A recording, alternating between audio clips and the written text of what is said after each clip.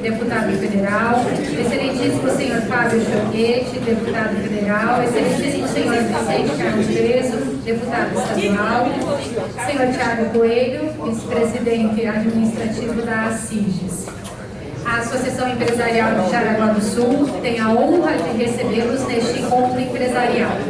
Passamos a palavra ao presidente da ACIGES, senhor Anselmo Ramos, para a condução da pauta. Muito obrigado, Wilson. Boa noite a todos. Vamos só aguardar as pessoas se acomodarem para dar início aos nossos trabalhos.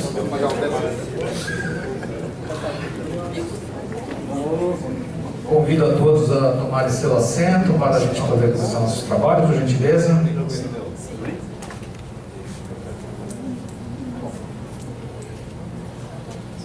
Ok, muito obrigado. Gostaria de agradecer novamente a presença de todos. É um momento muito importante para nós acompanharmos a nossa representação, tanto em Brasília quanto em Florianópolis. Acho que pela primeira vez, se eu não me engano, deputado, nós temos 2 deputados de Jaraguá em Brasília. Isso é uma questão histórica para nós. Então, já iniciando nossos trabalhos, o deputado Carlos tem a presença confirmada, deve estar a caminho, deve estar chegando, mas vamos, deputado Fábio, por gentileza, sinta-se à vontade, fica bem, para apresentar como quiser, pode ficar sentado à vontade. Muito obrigado pela presença mais uma vez aí, pela distinção. Bom, primeiramente, boa tarde a todos, boa tarde, Anselmo, obrigado pelo convite. E como tu falasse, a primeira vez na história que Jaraguá do Sul tem 2 deputados federais. O último deputado federal foi o Dr. Vicente, se eu não me engano, 98 a 2002, né? E na minha campanha eu usei muito isso, a força que um deputado federal tem para a região. Então a gente vai apresentar daqui a pouco em números o que os 2 deputados trabalham para a nossa região. Eu, quando me elegi, eu resolvi ter uma pauta mais municipalista, vir mais para a região, vir mais para o nosso estado. E como foi uma bandeira que eu levantei? Essa bandeira da nossa região, está 16 anos sem ter um deputado federal, e é isso que a gente agora vem, nesse primeiro ano, prestar conta e mostrar. O Carlos chegou agora.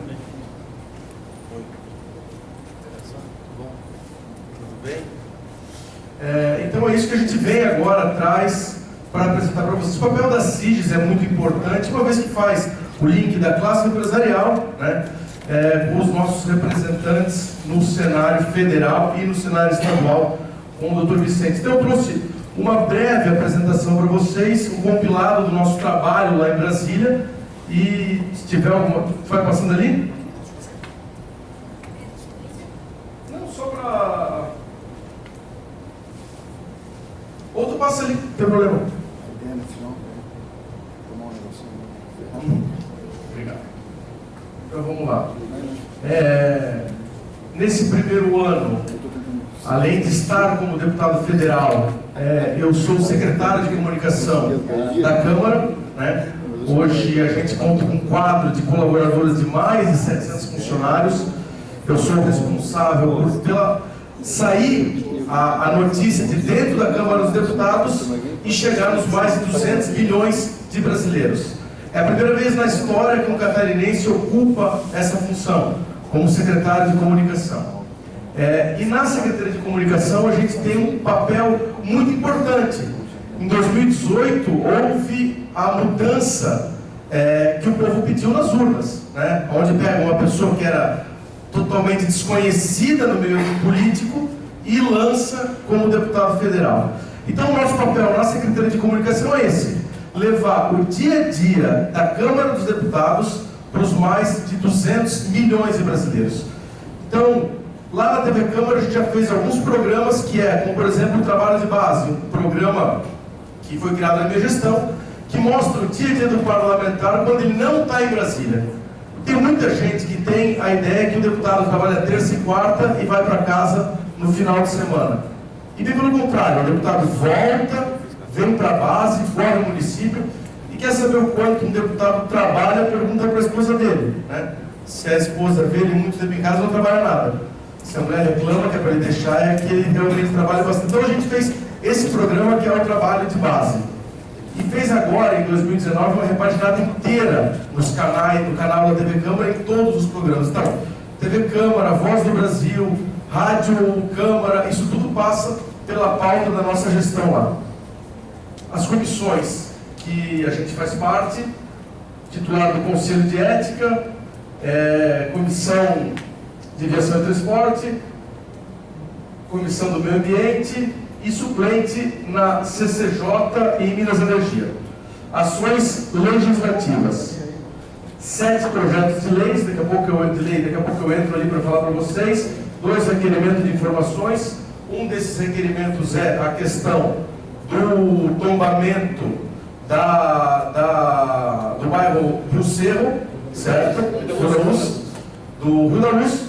É um requerimento para o ministro Osmar Terra, onde a gente vai ter um parecer e realmente ver se o tombamento é uma situação que tem que se continuar ou se o tombamento é uma situação que a gente tem que interferir para parar com o tombamento. 4 emendas de relator, 20 pareceres de relator, 21 indicações, 1 requerimento, 8 redações finais, 4 subemendas de relator, 1 subemenda adotada pela comissão, 20 relatorias e 70 frentes parlamentares que eu faço parte. Principais projetos. Esse é um projeto muito interessante, que é o projeto 958 de 2019, que o BNDES hoje ele é um banco que foca em empresas com faturamento alto, grandes grupos, e pegar agora o BNDES e dar esse crédito de financiamento não voltado ao grande empresário, voltado sim para o pequeno empresário, aquele empresário que para comprar uma máquina de costura, para aumentar a confecçãozinha dele, ele precisa comprar no cartão de crédito, ele precisa ir para um parcelamento de 10, 15 vezes no banco, com juros altíssimos. Então, mudar um pouco o foco do BNDES para essas empresas de MEIs e empresas de pequeno porte. O PL 3193, que é o quê? Toda vez que tu vai se registrar no hotel, isso é muito interessante porque faz parte do pacote anticrime do juiz Sérgio Moro. Toda vez que tu vai se registrar no hotel, tu tem que dar o teu documento no check-in. Com esse PL, ele vai fazer um cruzamento dos mandados de prisão em aberto com o cadastro na hora que tu está fazendo a tua entrada no hotel. Então a gente sabe que tem muito pedófilo com mandado em aberto, e que talvez não aqui em Santa Catarina, mas em outros lugares acontece muito essa questão do turismo sexual. Então ele vai fazer um link dos mandados em aberto e com quem está se registrando na rede hoteleira. Já passou em 2 comissões, passou na comissão de turismo, passou na comissão de segurança pública, agora vai para a comissão de finanças. Tá ruim? Tá, então foi. Vai agora para a comissão de finanças e depois vai para o plenário. O PL 4473 sobre os coworking. O que acontece? Muitas vezes tem uma empresa dentro desses espaços que dividem espaços para pequenas empresas e a pessoa sai dali ou fazendo uma fraude, fazendo uma falcatrua. Então tu acaba deixando os coworkings livre de trazer esse peso das empresas que saíram de lá, fecharam e foram embora. O PL 4472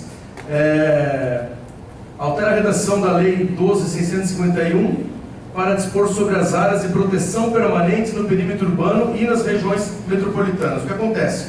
Muitas vezes tem um imóvel que foi construído e ele está a menos de 30 metros do leito de um ribeirão, do leito do rio. Se tu vai reformar ou se tu vai derrubar para construir um imóvel novo, tu não pode mais mexer porque a prefeitura não te dá a licença ou alvará para construção. Isso diz o quê? Nos endereços que já tinham, no perímetro urbano, os endereços que já tinham sedimentado uma construção, se tu derrubar, tu pode voltar a construir nessas empresas, nesses endereços. Principais relatorias. O PL 9470 de 2018, que é um projeto de autoria do deputado Peninha, que confere ao município de Jaraguá do Sul o título de capital nacional dos atiradores. Esse projeto a gente teve muita dificuldade para... Se puder me avisar, faltando 5 minutinhos, eu agilizo um pouco aqui. A gente teve muita dificuldade porque a oposição na CCJ achava que o jaraguense andava com uma arma na cinta e que aqui era normal andar armado. E não, é uma festa típica do nosso município. A gente teve tanta dificuldade, a relatoria passou por 3 dias de comissão, 3 semanas de comissão para a gente conseguir aprovar, e foi aprovado. Só está faltando agora a sanção do presidente. O PL 7883, que altera o Código Penal para incluir o uso de progresso de força na hipótese de exclusão de ilicitude e especificar que a invasão injusta da propriedade configura causa de legítima defesa. Esse é um projeto que leva o nome comercial de Lei Ana Hickman.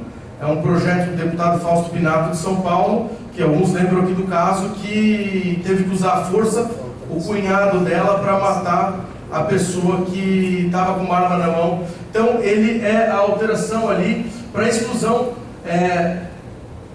de ilicitude, em caso de legítima defesa. O PL 3002 acrescenta o artigo do Código de Defesa do Consumidor, obrigando as concessionárias de veículos automotores a manterem em seus estoques peças necessárias aos reparos de veículos que comercializam.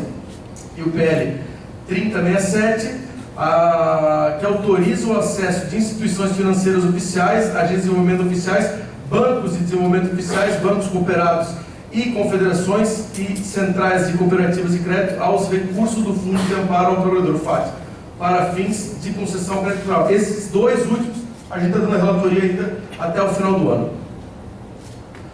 As nossas votações. Então, quando eu fiz a minha campanha, eu pedi o voto para apoiar o presidente Bolsonaro no Congresso Nacional. Isso mostra, ao longo aí de um ano de votações em plenário, que as nossas nominais, eu fui o deputado federal que mais votou com o presidente em votações nominais. A gente teve 99,32% a favor das pautas do governo.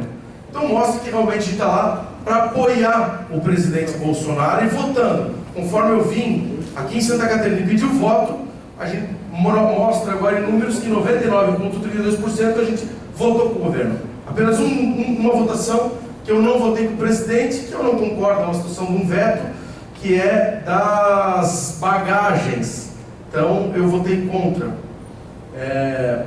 Os destaques, né, que a gente passou, eu e o Carlos, nesse ano, que foi a reforma da Previdência. O PL 441 torna compulsório a participação de pessoas físicas e jurídicas no chamado cadastro positivo. A reorganização dos ministérios, que a gente passou agora em votações também.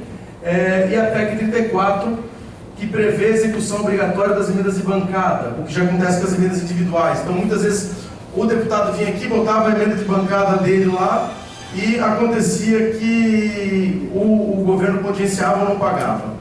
Então, a gente agora passou por essa PEC 34, que torna a execução obrigatória. Os nossos recursos que foram empenhados em 2019,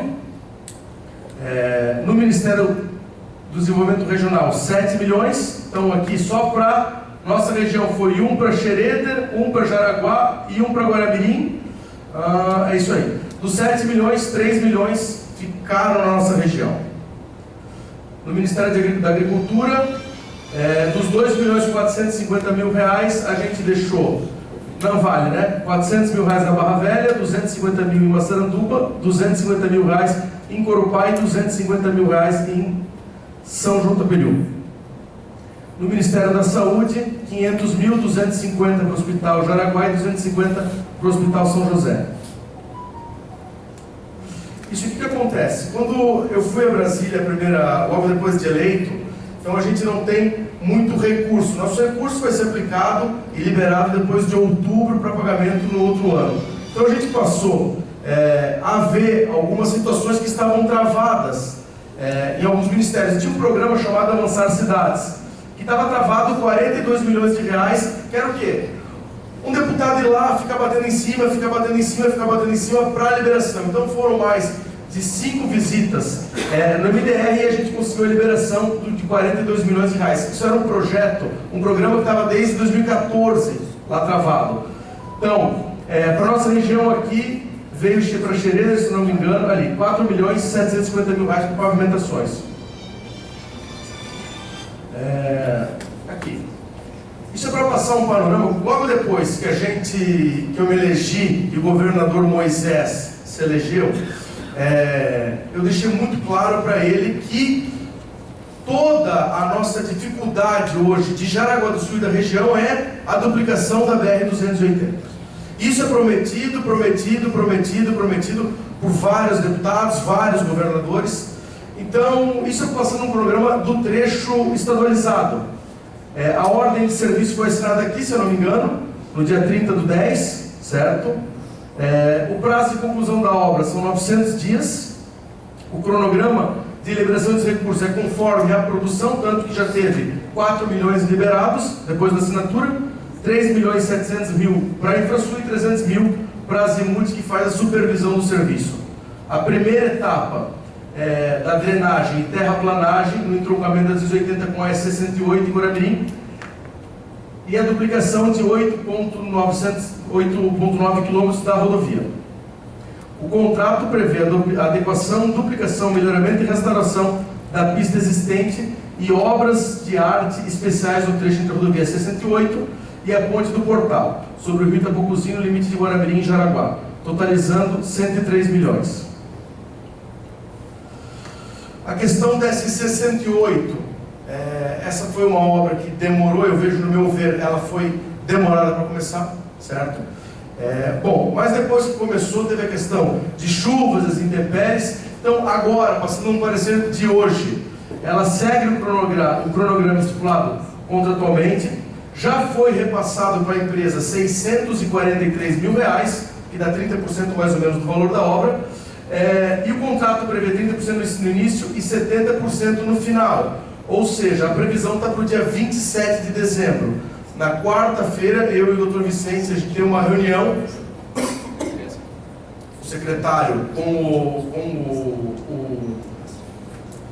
Hassler, com o da Defesa Civil, Coronel Batista, para a gente ver para essa obra e garantir que essa obra siga o cronograma dela normalmente, para entregar ela realmente no dia 27 de dezembro, num valor total de 3.500.000 reais.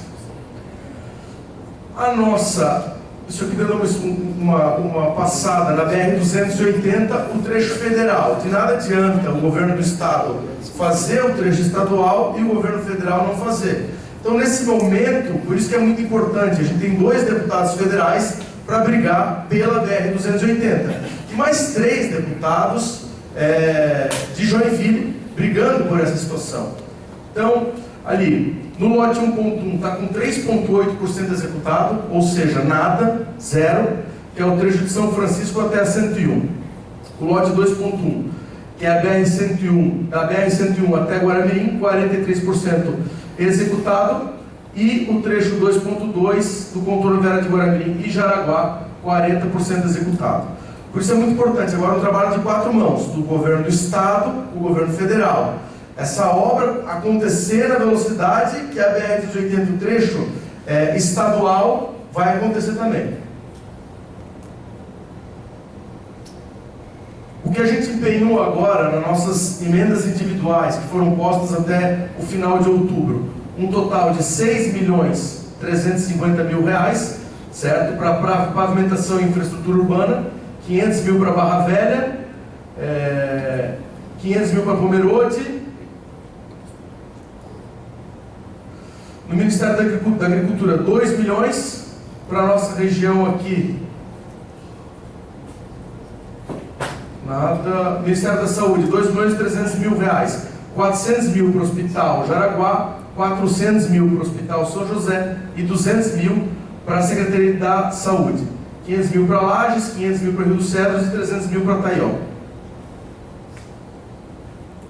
Nas nossas emendas de bancada, no valor de 13 milhões, 3.530.000 reais para custeio de alta e média complexidade, 3.500.000 reais para custeio do piso de atenção básica em saúde, 500 mil reais para o IFSC, aqui de Jaraguá, onde vai ser construído uma unidade nova, 1 milhão de reais para a PAI, e R$1 milhão para a segurança pública. Esse R$1 milhão, Joinville vai ser aquela base da PRF Joinville, vai ser a primeira base, a segunda base do sul do país, só Foz do Iguaçu tem, que é um scanner móvel para pegar drogas, contrabando. Então a gente vai botar esse R$1 milhão na segurança pública na PRF de Joinville. As nossas emendas individuais para 2020, 3,5 milhões. É porque agora a gente bota o recurso e depois, em fevereiro, março, que a gente vai destinar o recurso para onde vai. Então ficou 3,5 milhões para custeio em PAB, 2 milhões em custeio máquina, saúde, os dois, então dá 5,5 milhões, 1 milhão para investimento em postos de saúde e R$1.470.000 para investimento em estruturas nos hospitais. R$750.000 para investimento, aquisição de equipamentos agrícolas e R$750.000 para estradas vicinais. 2 milhões para infraestrutura e 445... essa situação ali. Esse aqui, de 1 milhão que a gente passou ali, são para viaturas. Para a segurança pública de Santa Catarina, que são as caminhonetes da Polícia Civil, que o delegado solicitou. Esse aqui de R$445.000, que é para o scanner, para o raio-x portátil, que vem para a PRF de Joinville. Nossos posicionamentos políticos para 2020. Quer votar a favor das pautas do governo, isso comprovado em números a gente já vem fazendo. Trabalhar por uma reforma tributária justa, o que o presidente sempre bateu na tecla, que é a revisão do Pacto Federativo, inverter essa pirâmide, deixar mais nos municípios. A gente que sabe qual que é a realidade do nosso município. Brigar por conta disso, a PEC da prisão da segunda instância, que eu vejo que isso aí é um desejo do brasileiro de bem, né? Manter a vigília para a duplicação da BR-280, que foi a nossa bandeira de campanha, e aí trabalhar pelo fortalecimento e desenvolvimento dos municípios catarinenses, aproximando o governo do estado e as demandas da região. Para Jaraguá do Sul é muito importante, além de ter um deputado federal, junto com o Dr. Vicente, ter um deputado alinhado com o governo do estado. É a primeira vez na história que a gente vai começar uma obra dessa, como a duplicação da 280. Começava, parava. Então, por isso é muito importante essa aproximação do deputado Fábio, do próprio Dr. Vicente, junto com o governador do estado, para realmente olhar para a nossa região e dar a real importância que Jaraguá do Sul tem hoje para o estado de Santa Catarina e ter essa insistência de busca de recurso, e a gente está sempre olhando para a nossa região, ou na Agronômica, em Florianópolis, ou em Brasília. Meus amigos, esse é um resumo do que a gente vem fazendo em Brasília. Todo mundo conhece a minha história, eu sou um deputado de primeiro mandato, mas cansado do que vinha acontecendo, eu botei o meu nome à disposição e graças a Deus eu ganhei. Então, a ideia é essa, como na campanha a gente falou, há 16 anos a gente não tinha um deputado federal. E Jaraguá do Sul mostrou que nós temos na região a capacidade eleitoral de eleger 3 deputados. O Schmocker é, se não me engano, o primeiro e o segundo suplente do Novo. Então, por isso a importância do nosso voto ficar aqui. Ninguém sabe mais da necessidade da nossa região do que eu e o Carlos. Que nascemos aqui, a gente sabe a dificuldade que o jaraguense precisa. A gente tem a nossa casa aqui. Por isso a importância de ter 2 deputados. No mais, o nosso trabalho é realmente municipalista, não tem essas pautas tão ideológicas de internet, né? A minha pauta realmente é voltar para o município, desenvolver a nossa região e botar de novo Jaraguá do Sul no cenário político nacional, no cenário político estadual, está brigando por investimentos de recursos e toda hora está lá cobrando investimentos para Jaraguá.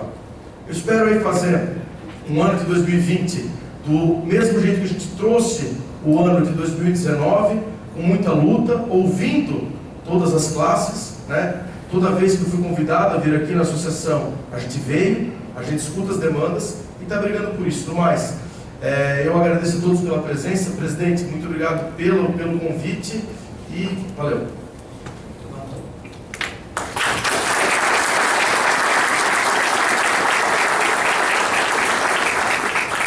Deputado Fábio, obrigado pela apresentação, uma pauta bem interessante, bem ampla, mostra aí o comprometimento do deputado com a nossa região. Parabéns pelo trabalho. Soa muito bem para os nossos ouvidos essa questão da pauta municipalista. Nós realmente precisamos resolver os problemas com quem sabe onde estão os problemas. O município sabe onde estão os problemas, sabe onde se coça, muito menos do que ficar discutindo pautas ideológicas. Acho que a questão está aqui mesmo. Acho que é uma postura muito inteligente, né, discutir esse tipo de pauta. E estamos aqui, continuamos aqui na parceria. Falasse também uma coisa que me chama a atenção, brigar pela representatividade, né?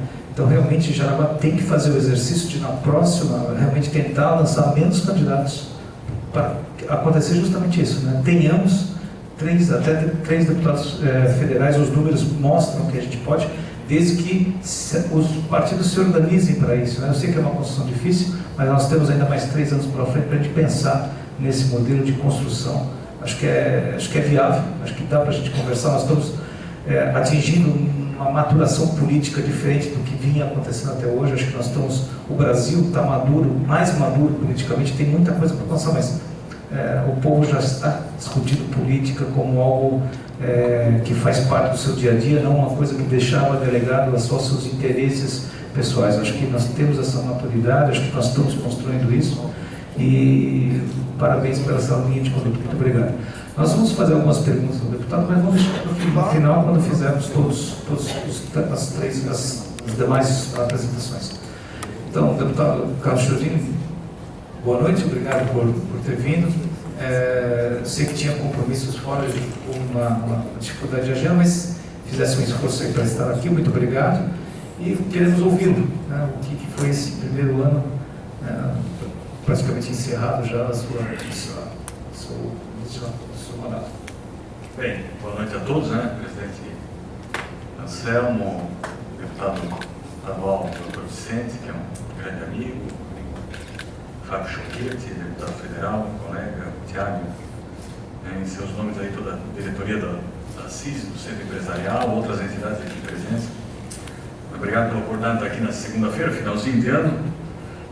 Parece que é brincadeira, mas já estamos em dezembro e o ano de 2019 caminha aí para os seus últimos momentos, né? E foi um ano de uma nova experiência para mim, uma nova experiência de vida, profissional, né? O Dr. Vicente teve a oportunidade já de ter sido, o Fábio também viu essa nova experiência de exercer um mandato de deputado federal, né? Que é um mandato diferente, é um mandato importante, né? Com força de decisão. As grandes questões nacionais são votadas no Congresso Nacional. Eu tive a oportunidade de ser deputado estadual, é diferente, a gente discute mais algumas questões locais, não menos importantes, porém a cobrança social, tudo acontece lá no Congresso Nacional, no deputado federal, no senador, e assim começou o ano de 2019, já no dia 5 de fevereiro, sendo que a legislatura começa no dia 1º de fevereiro, diferente do presidente, que tomou posse dia 1º de janeiro.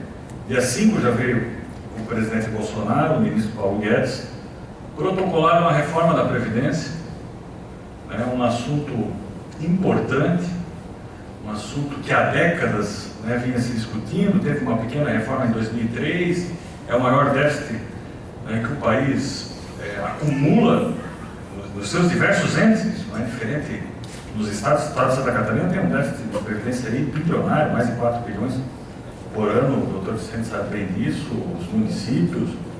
E no Brasil era muito maior essa situação e a necessidade de fazer esse enfrentamento. E pela primeira vez aí na história política brasileira, eu recebia muito mais apelo do meu eleitor, da sociedade, nas redes sociais, para aprovar a reforma. Eu nunca pensei em ser contra a reforma, mas as pessoas se manifestavam a favor da aprovação da reforma.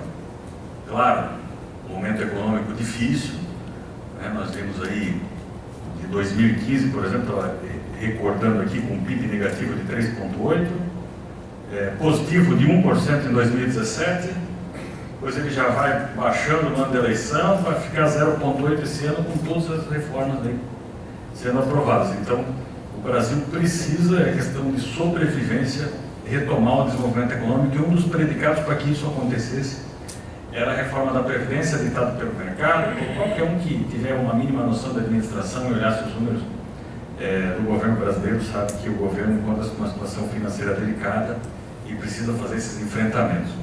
Porém, em administração pública só tem um jeito: segurar os gastos para que eles não aumentem, sendo que diminuir é muito difícil. Não é igual lá na minha empresa, eu posso pegar e mandar metade dos funcionários embora agora, amanhã de manhã, hoje, meia-noite. Tem todo um corporativismo na gestão pública que proíbe isso, então você segura os gastos e faz um trabalho de motivação econômica para aumentar a receita.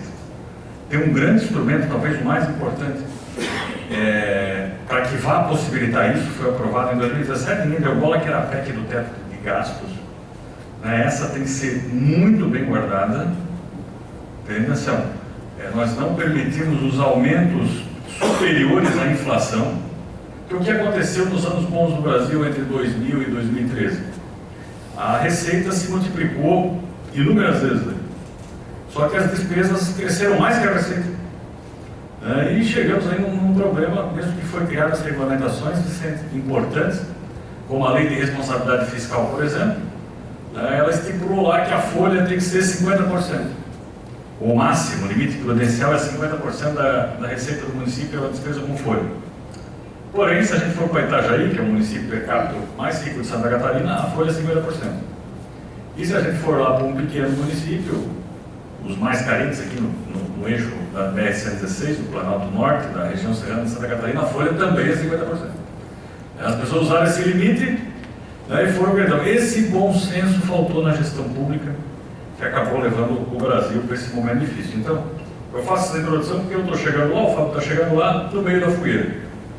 O país cobrando muito, numa divisão política muito forte, de quem é a favor e quem é contra, com pouco diálogo, e o difícil não é ser contra tudo ou a favor de tudo, o difícil é convergir, é conviver com os diferentes, é chegar no denominador comum. Então esse é o nosso trabalho, a minha característica pessoal, vai continuar sendo, e esse é o trabalho que nós fizemos aí em 2019, o Fábio adiantou bem essa pauta, então não vou me estender, mas nós aprovamos aí a Previdência, por exemplo, que é um marco importante, aprovamos aí a nova legislação para as companhias aéreas, o Fábio bem lembrou aqui das bagagens, mas também a participação de capital estrangeiro, a possibilitação de voos de companhias internacionais que vêm aqui para o Brasil, e na prática como vai funcionar? Não é que vai vir a American Airlines aqui fazer Joinville, Florianópolis e voltar, mas ela vem com o 777, chega à noite em São Paulo e vai só o outro dia à noite.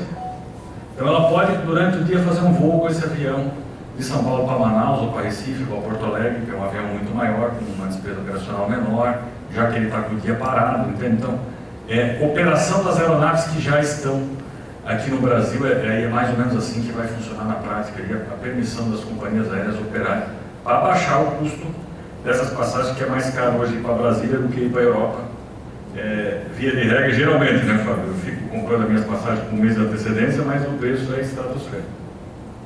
Saneamento, está aqui o Isidoro, sabe da importância disso. Jaraguá é uma outra realidade no Brasil, mais 20 milhões de pessoas no Brasil não têm água tratada. E tem mais de 80 milhões que não têm acesso ao saneamento. Saneamento básico. Então, o novo marco regulatório do saneamento, eu fiz parte da comissão especial que discutiu. Nós recebemos pressão aí do status quo, das companhias estaduais que andam a passo de tartaruga, não investem, não fazem acontecer, mas votamos na semana passada, né, Fábio, o regime de urgência, e vamos votar em plenário ainda, provavelmente essa semana ou semana que vem, para caminhar para o Senado Federal, que é um PL que eu tive a oportunidade de participar intensamente, aí, defendendo a participação privada. É uma forma de gerar emprego, de estimular investimento, e dar o acesso ao saneamento que hoje não tem, por causa do modelo que foi desenhado aí há muito tempo. Santa Catarina é um exemplo disso. Tem lá a Casan, e depende do governo e de todos os partidos, não estou defendendo aqui o meu nem o outro, né? Sendo democrático, eles usavam a Casan como um comitê eleitoral para botar a turma lá para não fazer, e o que deu? Que o nosso estado tem bons índices de DH em saneamento. Isso não é diferente dos outros estados, salvo algumas exceções, como a Sabesp em São Paulo, que é a favor do novo marco regulatório. Então, em tese, o que ele fala? Quando acabar o contrato de programa ou a concessão que o município tem com a Casan, por exemplo, porque com a Casan eu não preciso licitar uma empresa pública, eu sou prefeito, eu tenho o poder de me contratualizar com a Casan. Ele limita que a hora que isso tiver que ser feito, tem que ser feito um chamamento público e contratado o player ali que participar, que tiver mais condições econômico-financeiras, o melhor projeto de investimento, não interessa se é público ou privado. Nem que o prefeito querer ficar com a Casan, porque muitas vezes ele recebe a pressão do governador, de não sei quem, então vai caminhar dessa forma e vai proporcionar. Nós não precisamos ir longe, vamos aqui para Guaramirim, que é o 11ª economia de Santa Catarina e não tem 1 metro de saneamento. Então, nós temos que pensar regional. Uma das inovações é o saneamento em bloco, de fazer a concessão em bloco. Tem também, e é prudente essa preocupação, que a iniciativa privada vai querer pegar coisa que dá lucro. Então, ela não vai chegar aqui, ela vai querer pegar Jaraguá, mas não quer Xereda. Então, também regulamentou os blocos. Ela vai pegar o município, vai pegar Blumenau, mas vai ter que levar Luiz Alves junto.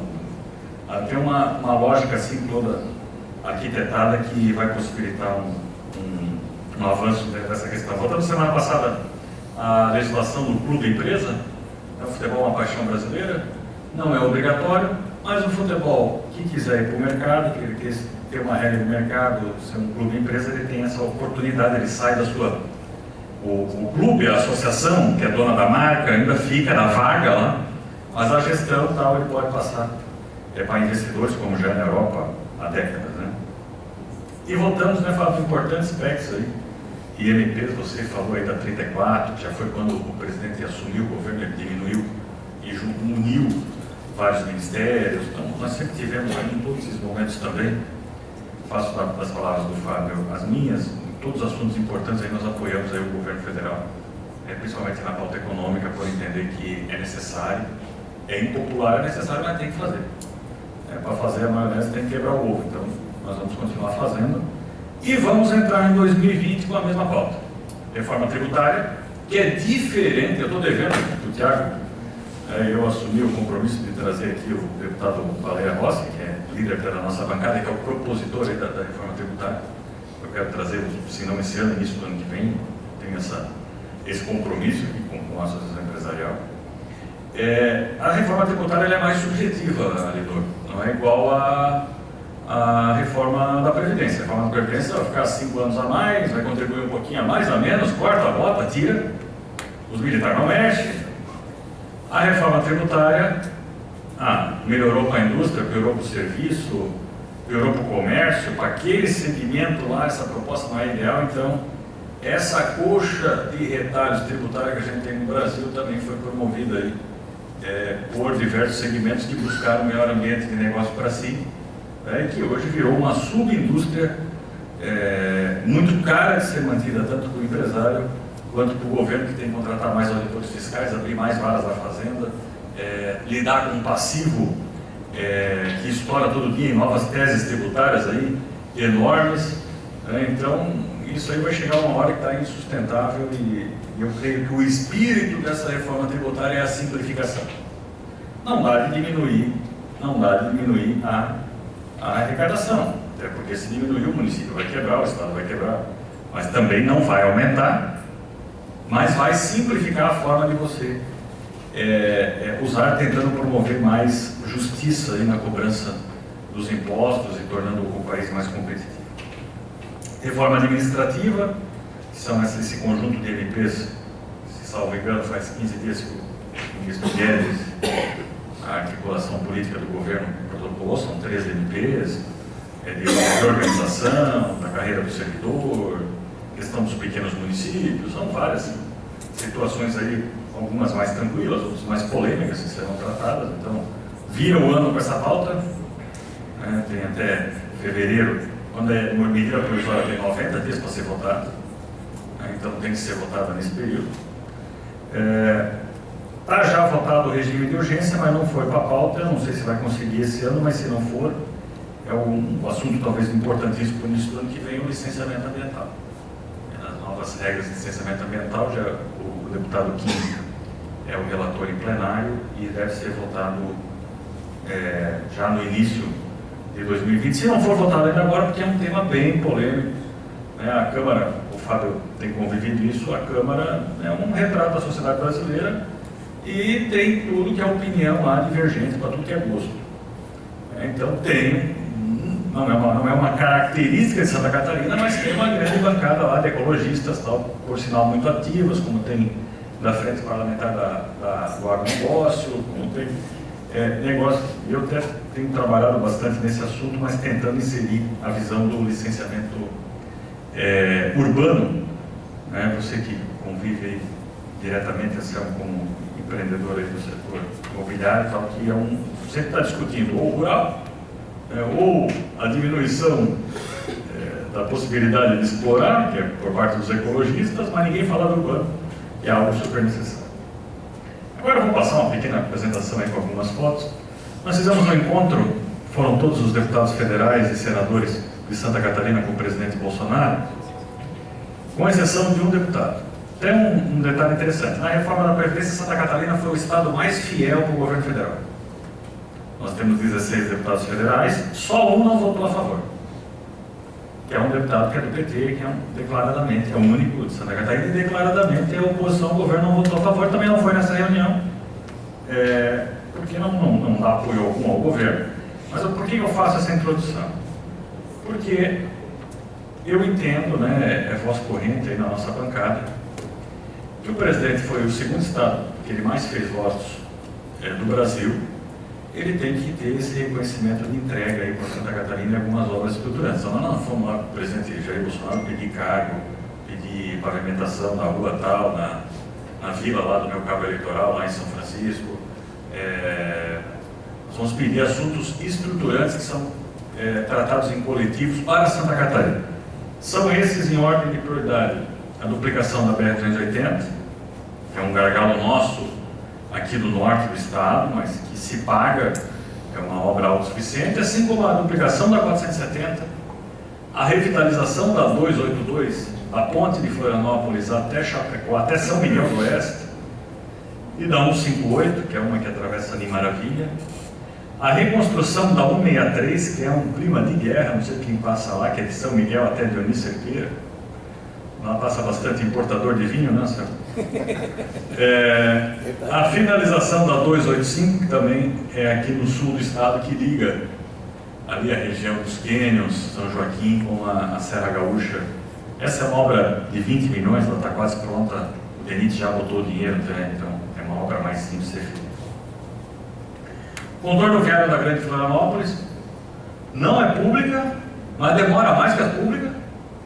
É privada, é de competência da concessionária que está fazendo aí, agora Litoral Sul, mas está pior que as públicas, já é a quarta vez que troca a consultora. Então, isso aí já não está pedindo dinheiro para o governo, está pedindo a intervenção do governo com a agência reguladora, nesse caso a NTT, para notificar essa empresa para entregar essa obra. Né? O contorno de Florianópolis era para estar pronto, o contorno de Itajaí e o contorno de Joinville dentro do cronograma inicial da concessão lá em 2007 da BR-101. Aí não foi feito nada, não sei se o índice do pedágio ficou muito baixo e não fez frente aos investimentos necessários.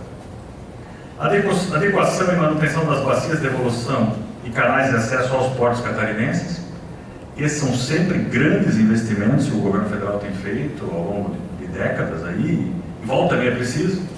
Tem que fazer a bacia de evolução, o canal de acesso do Porto de São Francisco e Itapoá. É o mesmo canal de acesso. É uma obra, Flávio, de 150 milhões para trazer uma draga lá. Né? Então, é uma obra sempre importante, que quando não tiver mais, os navios estão aumentando o tamanho, né? Então nós temos que estar adequados ao mercado. Melhoria na infraestrutura e agilidade nos processos de concessão dos aeroportos. Né? Isso aqui nós também conseguimos.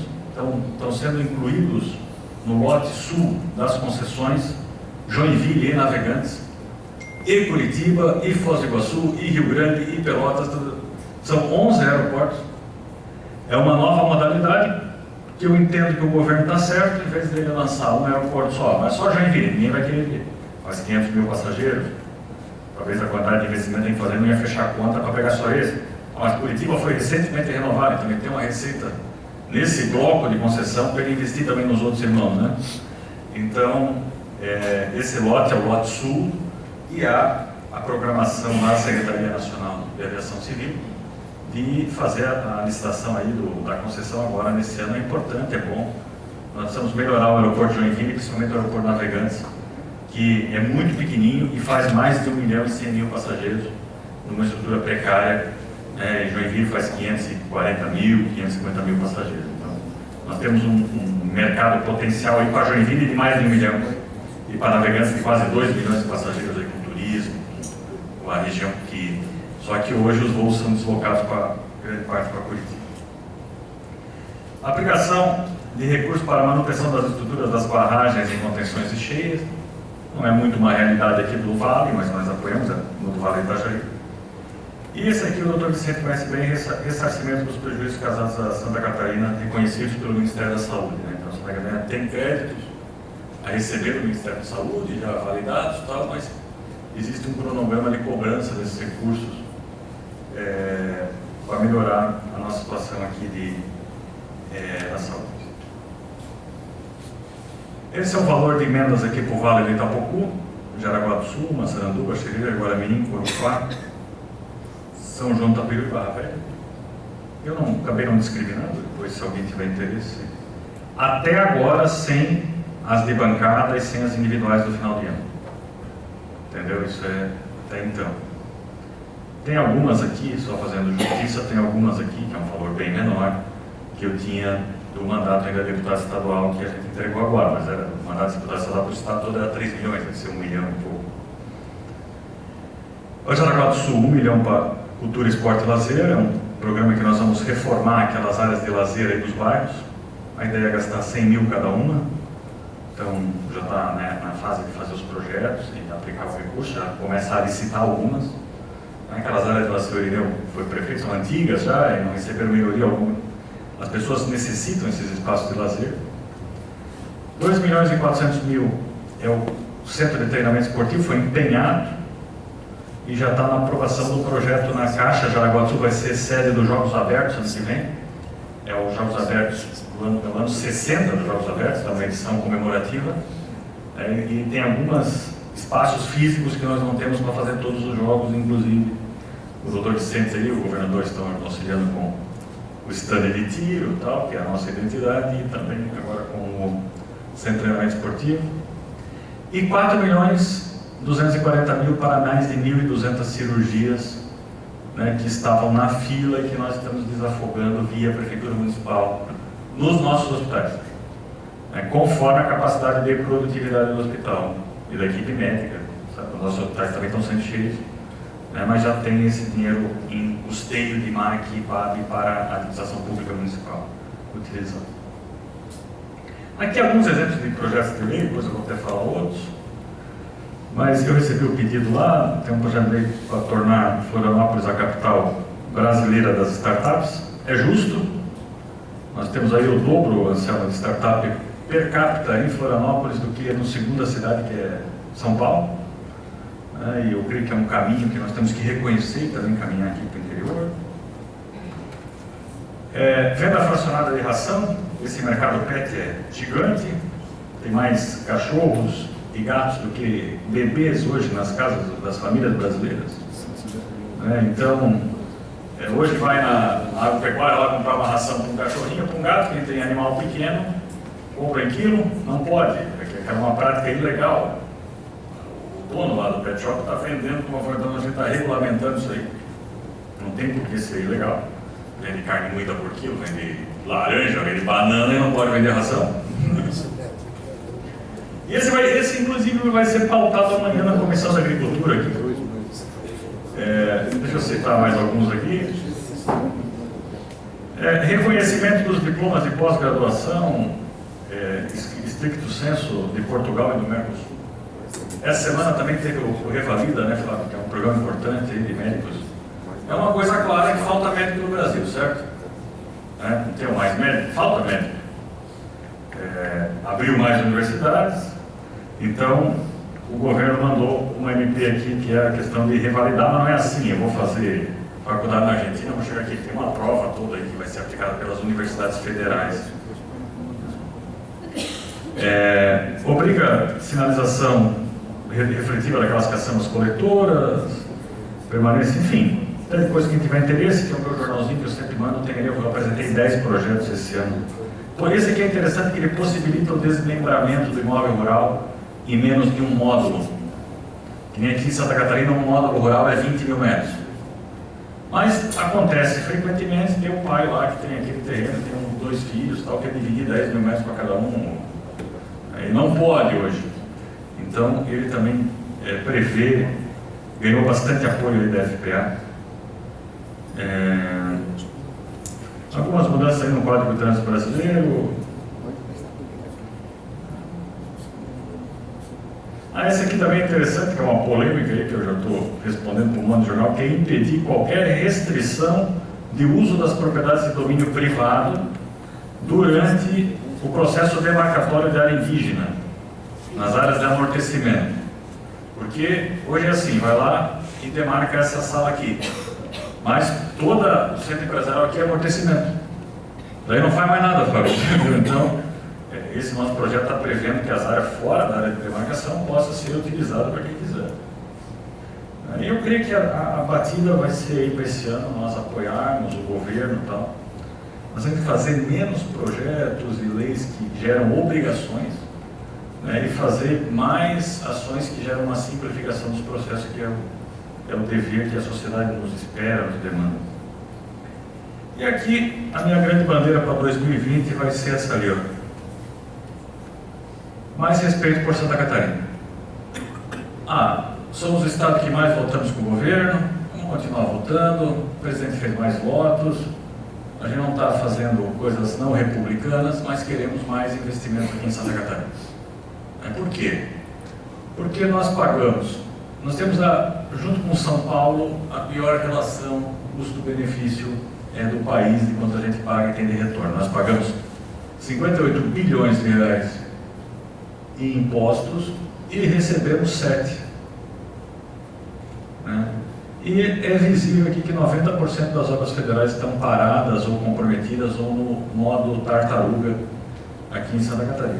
Então, a gente não está pedindo emenda assim, o que eu preciso ter para eu poder ser candidato novamente, para a gente continuar a nossa luta.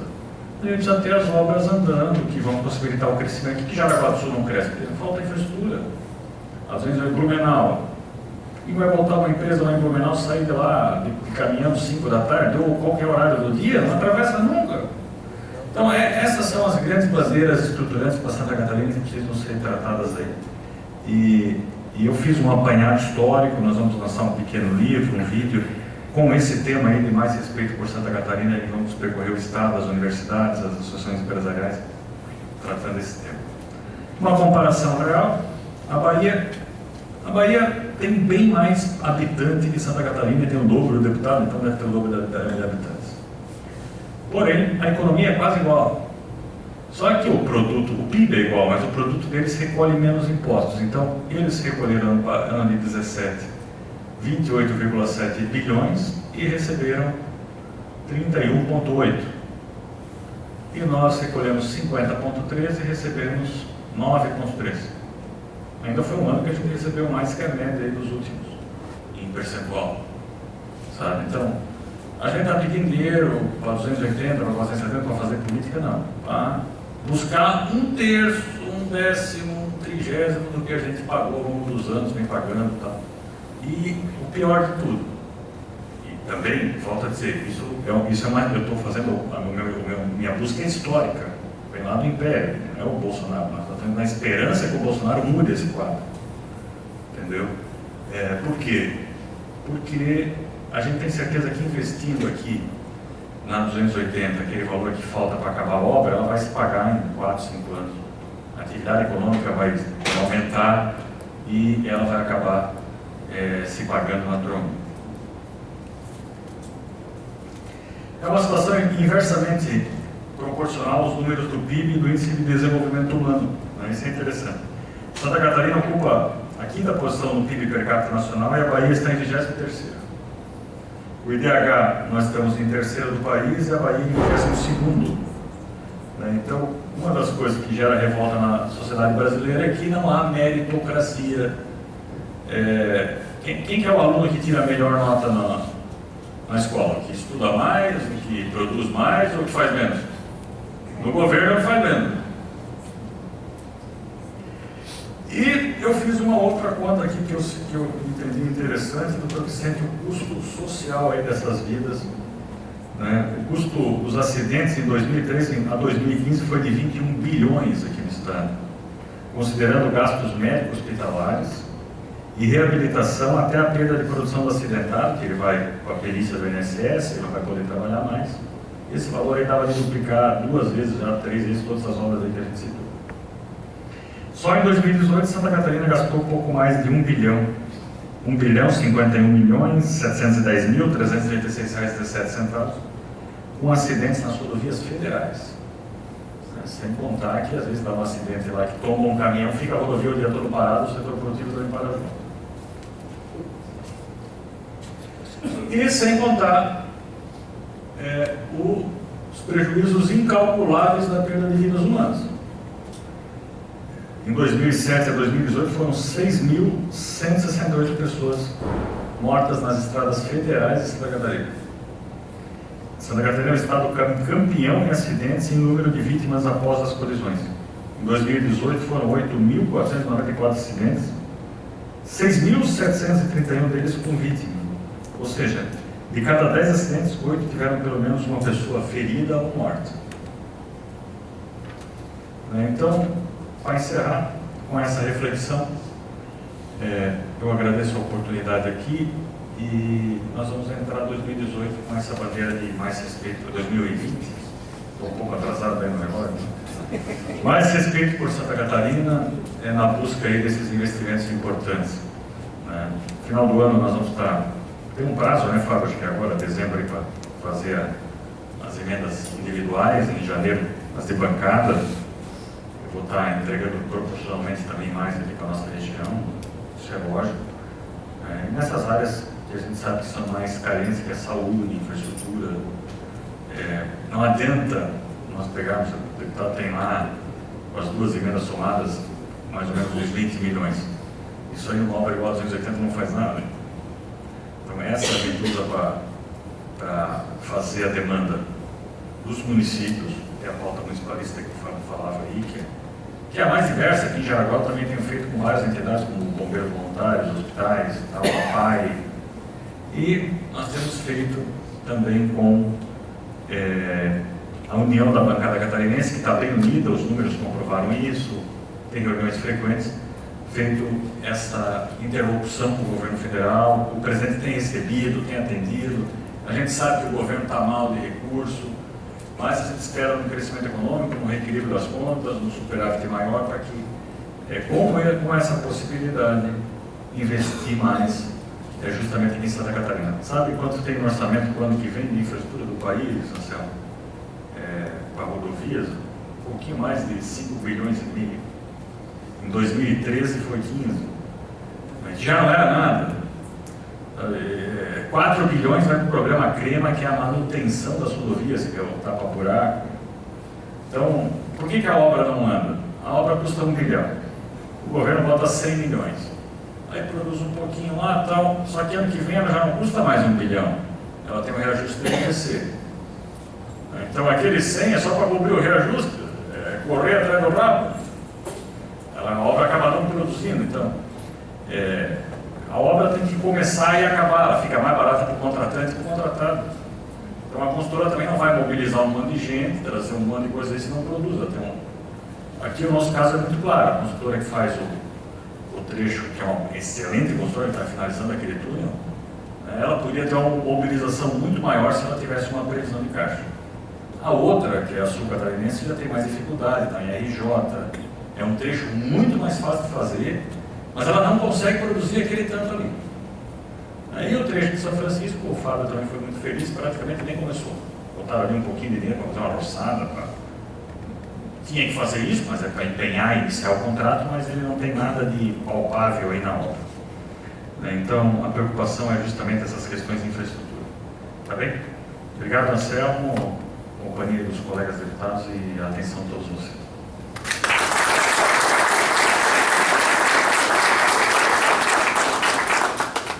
Muito obrigado, deputado Carlos. É muito densa a pauta que não parece que faz um ano, parece que vocês já estão lá há um tempo. Assim, eu acho que é densa, acho que é uma pauta consistente, muito alinhadas. Acho que a gente fica contente em saber que as pautas estão alinhadas, né? Partidos diferentes, ideologias diferentes, ok, tudo certo, né, democraticamente, mas existe um alinhamento muito grande, uma congruência muito grande. A gente fica muito feliz em ouvir essa pauta. Temos algumas perguntas, algumas colocações, aí deixamos também para o final.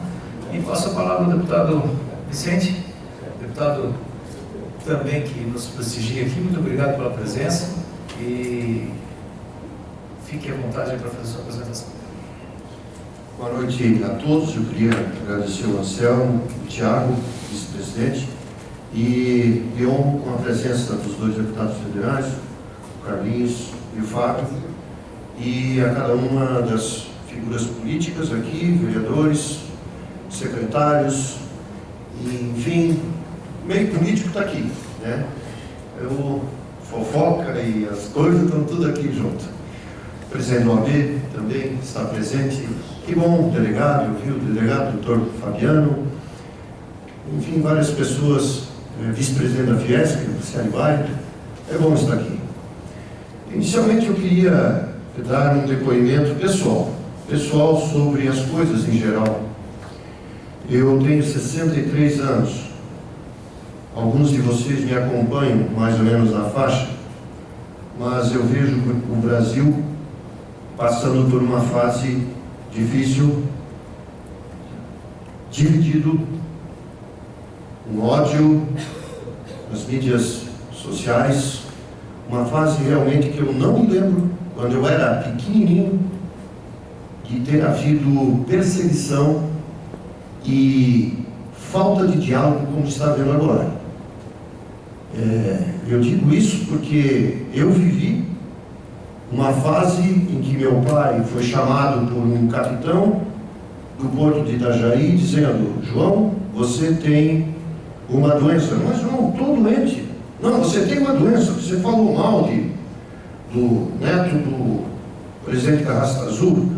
Não, mas eu não falei, simplesmente é que o homem tem meio ano de formado, eu tenho 35 anos de formado, eu achei que o porto devia ser construído assim, e ele assado. E nós discutimos, mas o senhor está doente. Não, eu não estou doente. Meu pai foi compelido, naquela época, a ganhar 2 salários mínimos para sobreviver, em 1971. Aquele era o esquema daquela época. Então eu sei o que é autoritarismo, né? E tomara a Deus, aqui está o presidente da OAB, que a gente não siga e não trilhe por esse caminho, que a democracia ela vença apesar das nossas dificuldades, das dificuldades dos partidos, das dificuldades e desvios de conduta de muitos agentes políticos, mas acima de tudo nós temos que preservar a coisa mais importante que tem no país, que é a democracia, a possibilidade de você emitir opinião sem ser perseguido ou ameaçado. Isso é a coisa mais importante que tem. Eu era obrigado a falar isso antes de presidente da Associação Comercial, que é uma honra falar depois de 2 deputados federais. Eu não vou apresentar números exuberantes, mas eu também tenho uma história importante. E começo pelo contexto, o contexto em que eu estou. Uma das coisas mais importantes que eu aprendi na política é dizer de que lado a gente está. Com quem eu aprendi isso? Eu aprendi com o Geraldo Vernhaus. Eu era líder do governo na Câmara de Vereadores e ele pediu para fazer uma votação que ele sabia que ia perder. Vicente, toca ali pau, eu quero saber quem está comigo e quem não está. E nós perdemos. Na primeira votação, na segunda, nós fizemos a maioria. A partir daquele momento, nós fizemos a maioria. Era o aumento do salário dos secretários, que era incompatível com o cargo de secretário, aquilo que o secretário ganhava naquela época, alguns de vocês lembram isso, em 1997. Então, assim, foi a grande lição da política de saber se posicionar. E eu quero explicar para vocês o porquê eu estou apoiando o governo estadual, o governador. Meu partido tem dois. Um ficou de um lado e eu fiquei a favor do governador. Fiquei a favor do governador por uma série de razões. A primeira é de colocação, e olha, eu estou dizendo aqui para vocês que eu não indiquei nenhuma pessoa para colocar no governo. Nem o ajudante de limpador, nada, zero. Eu estou falando para vocês que eu não tive, até poderia ter indicado. Eu teria ter autoridade, e foi até pedido para referendar uma indicação na Defesa Civil. Eu digo, olha, excelente pessoa, trabalhou comigo, acho que é uma grande qualidade, o senhor vai ficar bem servido. Então, assim, meu relacionamento, um relacionamento institucional, transparente com o governador. E antes de começar nossa conversa, no ano passado ainda, em 2018, eu tive uma conversa bem franca com ele. Governador, cuida dos meus hospitais. Me dá um jeito, mas eu não posso passar vergonha nos hospitais aqui da nossa região. E segundo, me ajuda nessa tal da BR-280, no trecho urbano. O senhor fazendo isso vai ser uma grande conquista para a região, e eu vou ter muito mais ações ainda de ir para a tribuna e defender, e é isso que eu estou fazendo, a defesa do governo, com algumas dificuldades. O governo inexperiente, quem que conhecia aqui, se alguém conhecia o Carlos Moisés, quantos conheciam antes da eleição? Levanta o dedo.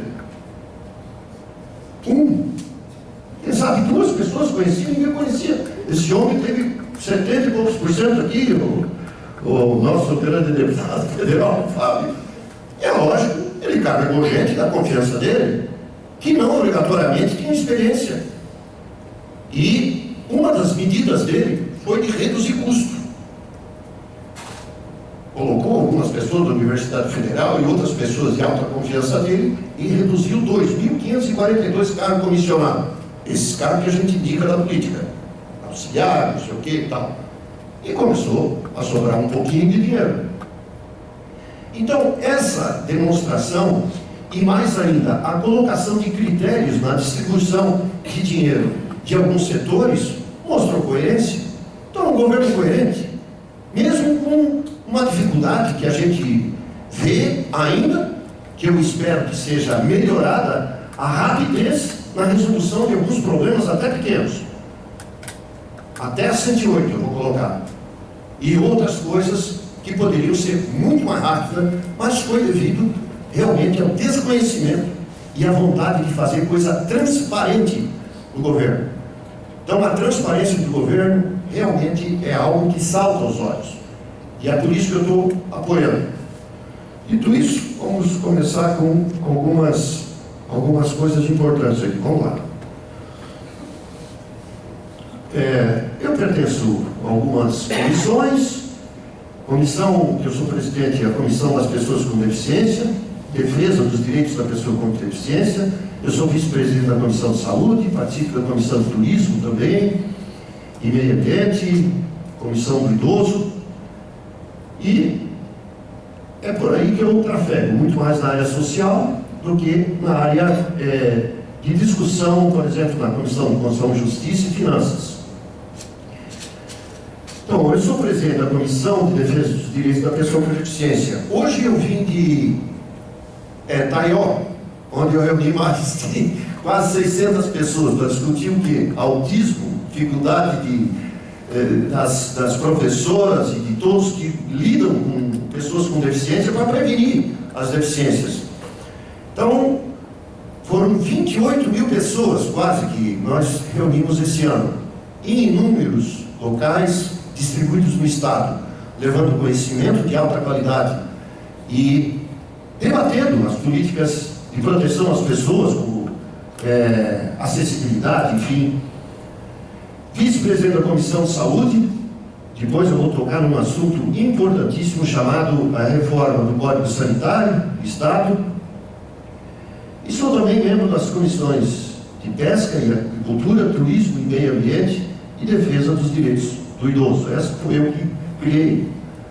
Não é porque eu tenho 63, mas achei importante.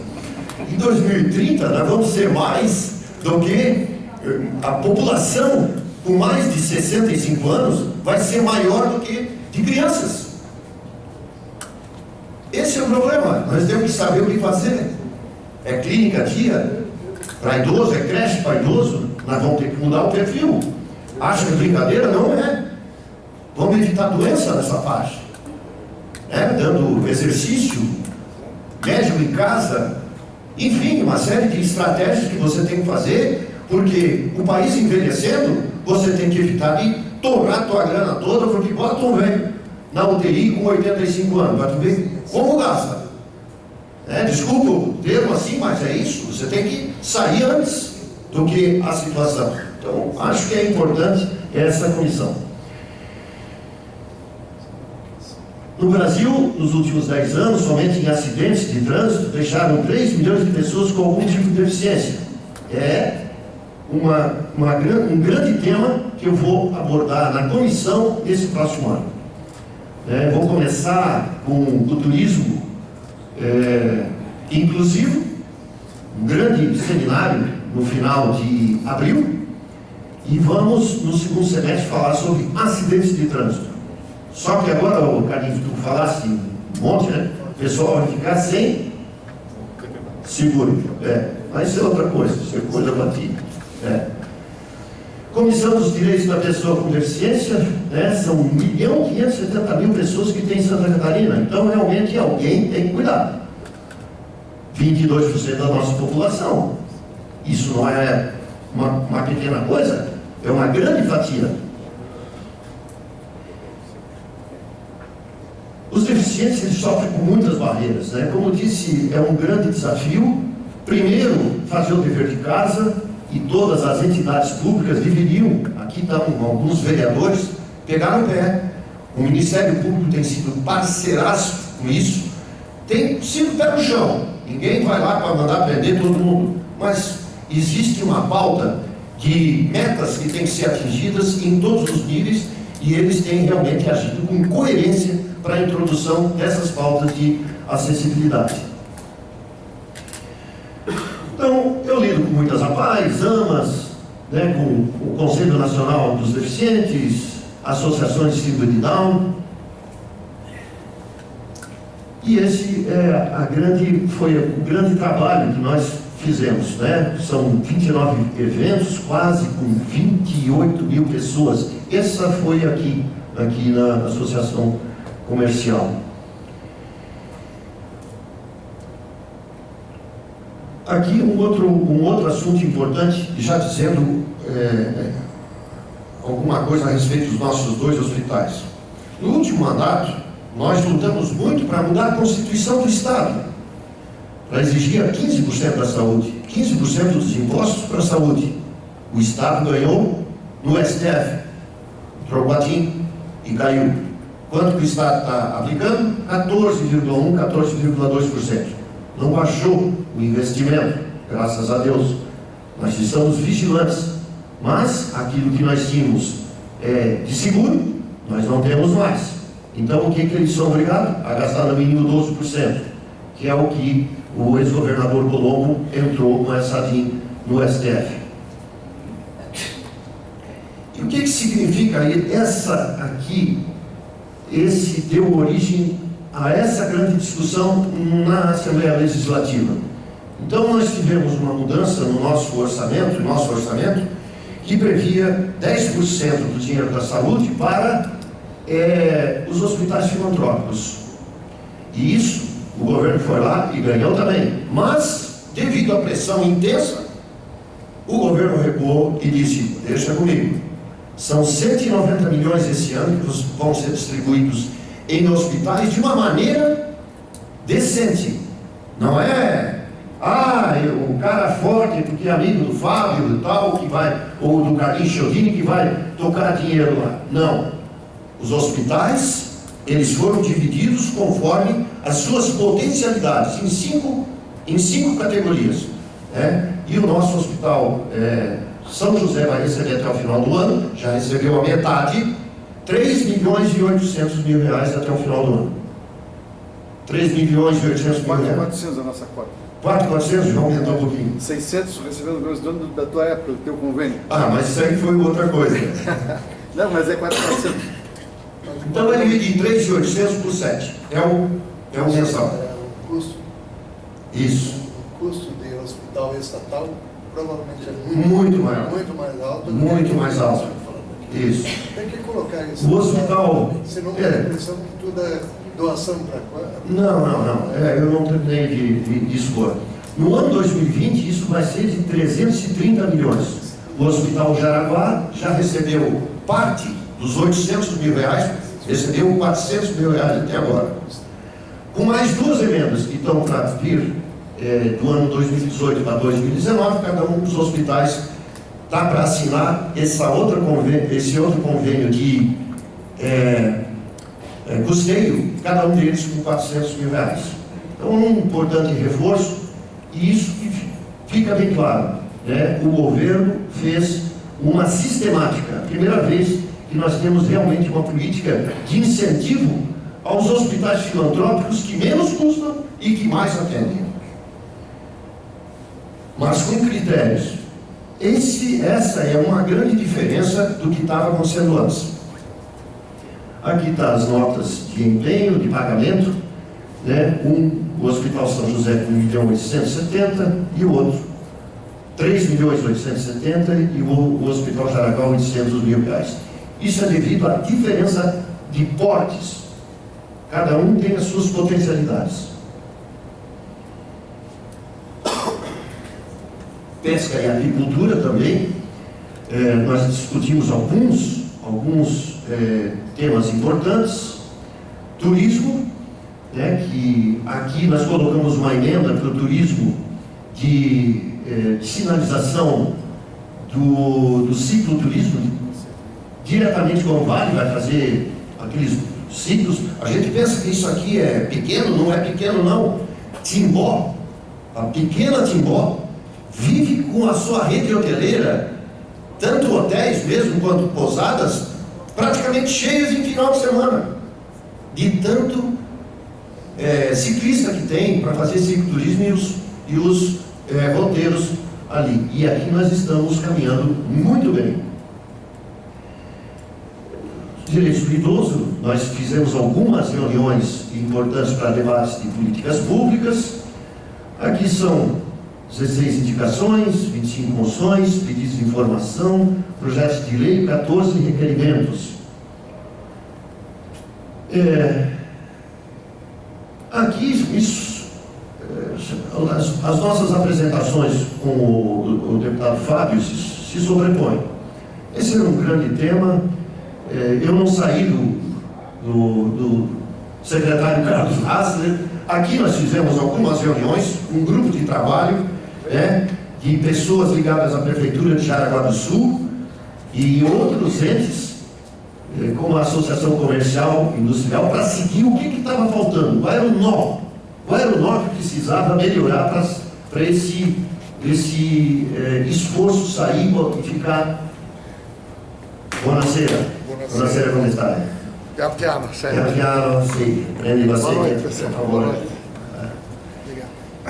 Então, essa foi uma das indicações, e ali o governador dizendo que estava liberado os 103 milhões que ia ser dado à ordem de serviço. E aqui está o dia que foi dado a ordem de serviço para a Infrasul há um mês atrás, e essas obras de duplicação do trecho urbano entre Guaramirim e Jaraguá do Sul começaram efetivamente. Como o deputado Fábio disse, esse ano são 3.700 para a empresa Infrasul e 300 para a Azimuth, que vai fazer a fiscalização da obra. Então, é uma realidade. Vamos esperar né, que não faltem recursos e que as obras prossigam nesses 900 dias comprometidos. Uma das situações é o seguinte: ainda não estão computadas aqui, nesses 100 milhões, as obras de arte. Por exemplo, Manes, viaduto sobre a via férrea, a outra ponte de Jaraguá a Guaramirim. Então tem algumas outras obras que vai encarecer muito mais esses 100 milhões. 66 milhões para ser exato. 66 milhões. Mas está tudo ainda em estudos e eles vão incluir todo esse montante dentro, esse é o projeto dentro do BNDES, para que não falte nenhum recurso para a continuidade dessa obra.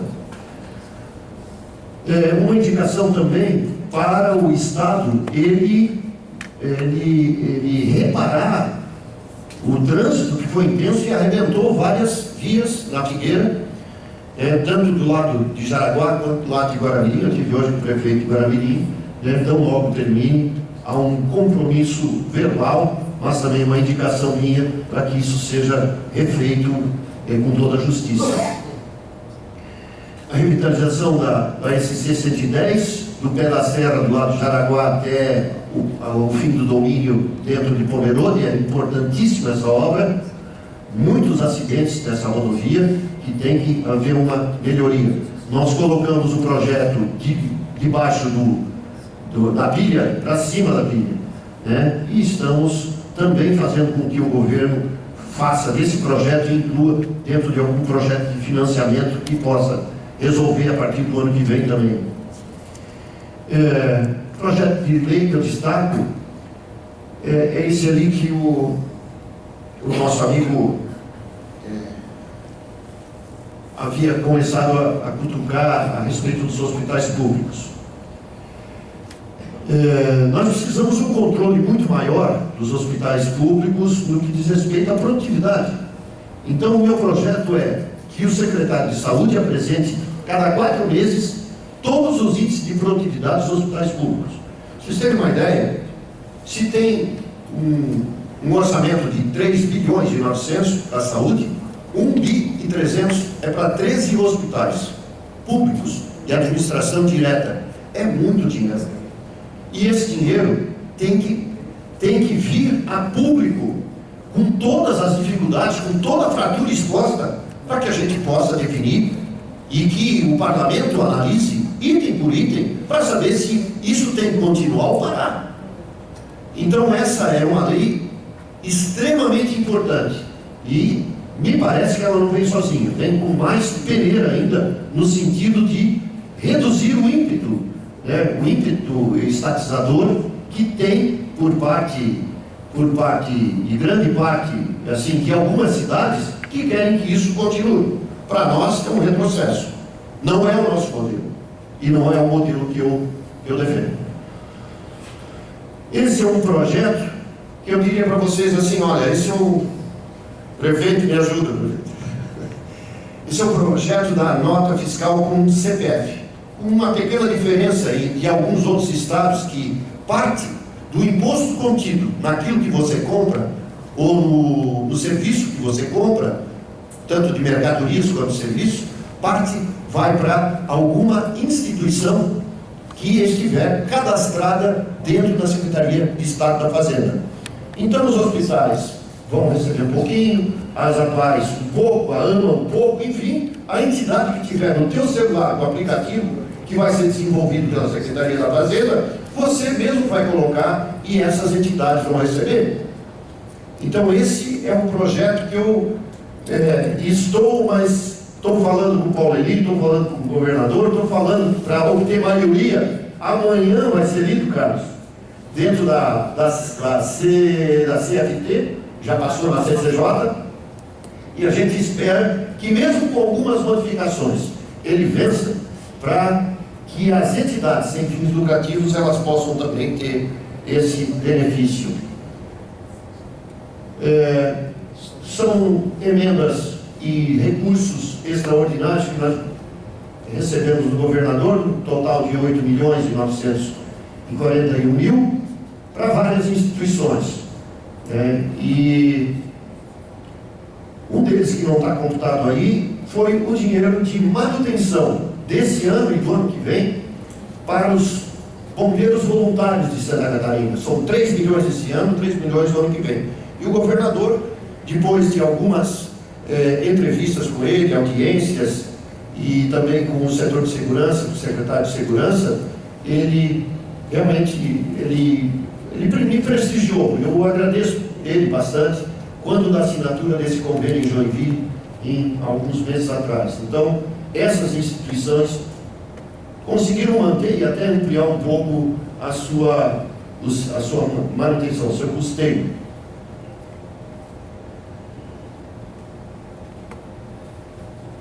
Então, aqui principalmente eu preferi o que? Os hospitais. Os hospitais de algumas entidades, como a AMA, que eu não gosto de colocar os valores, porque assim, entende? Quando você coloca dinheiro, você tem que apresentar a nota, né? E só depois de assinados os convênios é que é bom divulgar. Mas existe um X, que é o potencial, e alguns Y, que são os que vão se tornar convênios e depois pagos. O que nós temos de convênio até agora são 100 mil para a AMA de Jaraguá e 400 mil para uma creche em Schroeder. Eles são 500 mil reais que foram transformados em convênios. A gente espera agora, nesses próximos dias, uma chuva de convênios, inclusive para Jaraguá, para a região e para o resto do estado também. Hospital São José, 400 mil para cada um, né? E essa é uma das emendas que eu ressalto, extremamente importante. Esse 850 mil, que foi a vinda do governador para cá, eu disse, ó, governador, vai dar um mínimo para nós, né? E ele deu, na presença do prefeito e de outras pessoas aqui, 850 mil para um stand internacional de tiro, que pode ser um palco, agora Jaraguá do Sul vai ser receber competições internacionais aqui. Então nós estamos nos próximos dias esperando aqui esse reforço. E 2 milhões de custeio para o JASC, com potencial de mais 500 mil.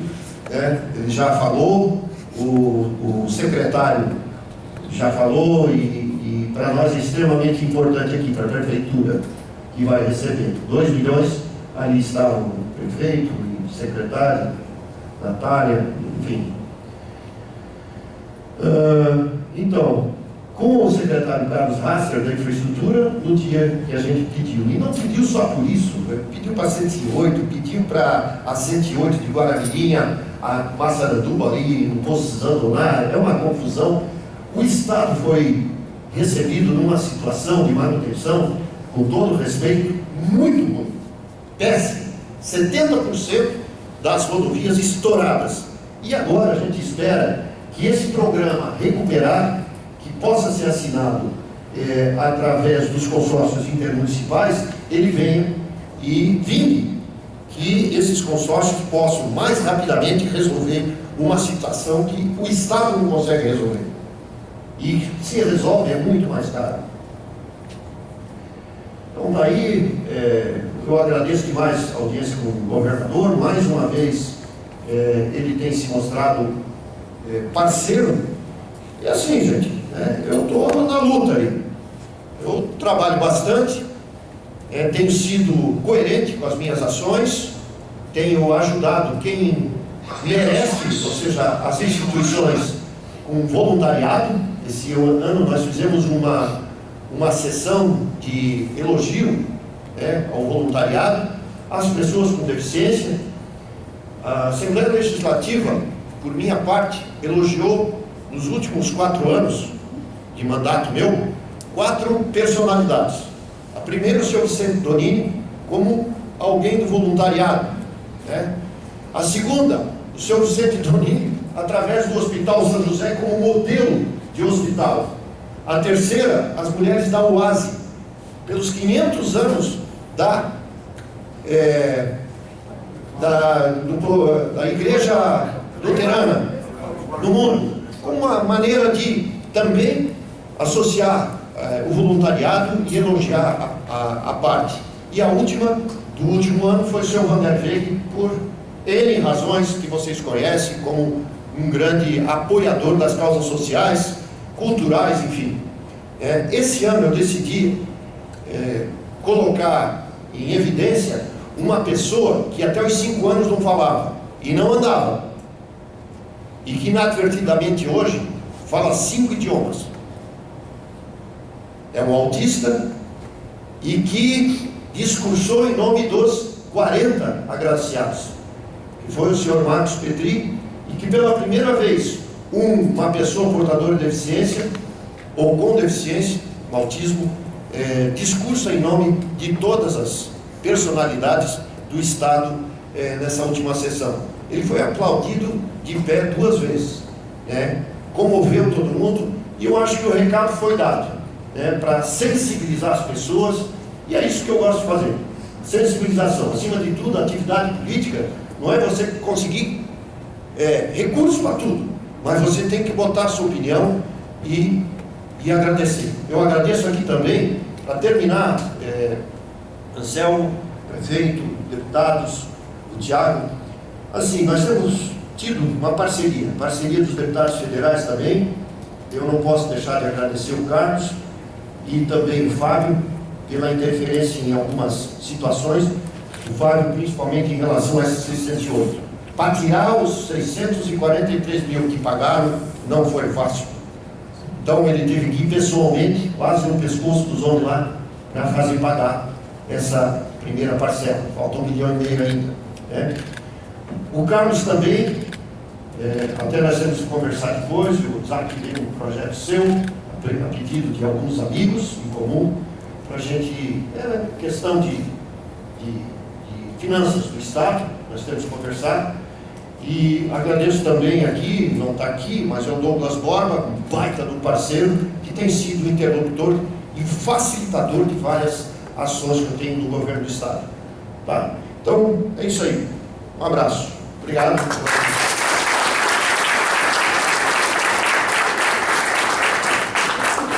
Obrigado, deputado. Realmente também uma pauta interessante, totalmente alinhada com o Jaraguá, como sempre. O deputado sempre se faz muito presente, até no grupo de trabalho da 280, participando ativamente desse grupo de trabalho. E as perguntas que vieram para nós são muito semelhantes, hoje já estão sendo respondidas, e notadamente com relação às nossas questões estruturantes. Essa casa ela tomou uma postura, como o Brasil está mudando, houve uma mudança de governo, de um direcionamento, e a mudança de pauta, tanto no governo federal como no governo estadual, essa casa adotou para que não ficássemos enchendo de pleitos os nossos deputados. Nós focamos aquilo que é mais sensível, Antídio, a nossa obra de infraestrutura, o nosso acesso a Jaraguá, tanto no trecho federal como estadual. Então, até agora, nós trabalhamos fortemente nisso. A oportunidade, quando veio o nosso governador, quando veio o nosso vice-presidente, nós sempre focamos nessa questão da 280. Só que agora nós gostaríamos, do ano que vem, já abrir mais essa pauta. Nós temos alguns assuntos que estão represados, algumas demandas represadas, como, por exemplo, as PPPs, como solução de obras de infraestrutura. Nós temos um anel viário para fazer em Jaraguá. Nós sabemos que não há recursos de curto prazo para esse tipo de investimento, mas através de uma ideia de retomada das PPPs, e esse assunto está sendo tratado também em parceria com a OAB, que já está dando o nosso suporte jurídico para isso, é possível fazer. Brusque deu um grande exemplo ao Estado de um trecho que a Ficha fez, capitaneou, que deu resultado, custou uma fração do que custaria se fosse por licitação. Então, assim, tem tudo para dar certo. É melhor do que o pedagiamento, é uma solução anterior ao pedagiamento, a nossa visão, e é possível acontecer. Então, isso nós queremos colocar na pauta para o próximo ano. Existem algumas questões de resistência, de secretarias, obviamente, é uma mudança, um novo mindset, mas é possível fazer, os indicativos mostram que sim. Também nós queremos trabalhar um pouquinho ainda, deputado Vicente, a questão do nosso corpo de bombeiro. O governador, quando veio aqui, nós tínhamos aberto a pauta para que o CAT de Jaraguá não fizesse duplicidade, porque não faz sentido, né? Nós temos aqui 2 CATs que têm criado um embrólio jurídico para algumas situações, então nós temos que voltar a essa questão, não só da manutenção da operação, mas na questão da análise técnica também, é uma pauta que está suspensa junto ao governo do Estado. Eu gostaria de fazer um pedido aos 2 deputados federais, tanto Fábio quanto Carlinhos. Nós fizemos esse ano o encontro da Frente Parlamentar para 280, que foi lá em Araquari. Que nós fizéssemos uma programação para começo do ano, fizéssemos aqui em Jaraguá, porque aí simboliza as 2 pontas desse trecho, né? Então, se vocês nos ajudarem a articular, eu acredito que isso seja tranquilo para vocês, né? Para nós fazermos a próxima reunião dessa frente, já agora em janeiro, assim que vocês acharem que teria agenda para isso, fazemos isso aqui em Jaraguá, para nós entendermos aí quais são os projetos do governo federal, qual é a ideia do governo federal para a questão da 280, uma forma de também estar mais presente nesse tema. Do mesmo jeito, da mesma forma, nós tínhamos o grupo de trabalho da 280, que começou como um grupo até o início da obra. Houve uma deliberação que nós continuássemos e ele só vai ser extinto no final da obra, né? Isso vai ser, a gente já sabe que existe toda uma vontade do governo do Estado em começar e terminar essa obra. Ele se comprometeu com isso na vinda, foi uma visão muito interessante. Nós gostamos muito do que ouvimos naquele momento, né? E sabemos todo o esforço que ele tem feito, e principalmente porque para a consecução dessa obra é preciso de financiamento BNDES, que Santa Catarina vai estar apta em função das reduções de custos. Aí aumentou o rating de Santa Catarina e o ano que vem poderemos pleitear um financiamento. A vantagem desse financiamento, diferentemente dos modelos que era feito anteriormente, é que o banco libera o valor da obra para aquela obra. Então nós não teremos mais o mecanismo de pegar o dinheiro de financiamento e usar em outras obras, que isso era uma maneira de que as anteriores gestões até então faziam. Mudou isso. Então, se o banco financiar esta obra, é para aquela obra, o que nos deixa muito mais tranquilo, mas nos deixa ainda a sensação de estarmos juntos no sentido de fiscalização até acompanhamento. Nós temos o próximo trabalho do grupo de trabalho 280 vai ser agora começar a questão de desapropriação daquela área ocupada irregularmente às margens da 280. Nós sabemos que é um trabalho delicado, em ano de eleição, não é complexo, mas nós precisamos ajudar o prefeito Chiodini também a tirar essa questão, porque tem acho que 30, 40 famílias que ocupam aquela área, mais uma igreja, mais alguns comércios, enfim. É uma situação que a gente tem que entender, tem que tentar ajudar o prefeito Chiodini a destrinchar e liberar o trecho para aquela obra. E cumprimentando aqui o prefeito pela sua presença, agradeço a tua presença. Semana que vem nós teremos uma apresentação tua, né, juntamente com a Câmara de Vereadores. O vereador Marcelino estará aqui fazendo o mesmo balanço desse ano, um ano bastante interessante. Queres complementar alguma coisa, prefeito? Deixamos tudo para a semana que vem, está tudo piano. Então, queres mais alguma consideração? Então, eu gostaria de fazer aqui um registro, cumprimentar a Thalita Weber, que assumiu a presidência da CDL. Parabéns pelo trabalho, Gabriel. Acho que passou o bastão para boas mãos, boas e competentes mãos. De um trabalho que tu já fez aí durante 2 anos, muito profícuo, né? E acho que a Thalita vai dar sequência aí em alto nível para esse trabalho. Parabéns a Thalita e parabéns também pelo teu trabalho, Gabriel. Mas nós estaremos na festa lá fazendo a comemoração da tua entrega. Então, já ficamos aqui, convidando já para o próximo encontro empresarial na semana que vem, onde teremos aqui mais uma vez falando o nosso prefeito fazendo um balanço juntamente com o presidente da Câmara, o vereador Marcelino. Uma excelente semana a todos, muito obrigado e uma ótima semana.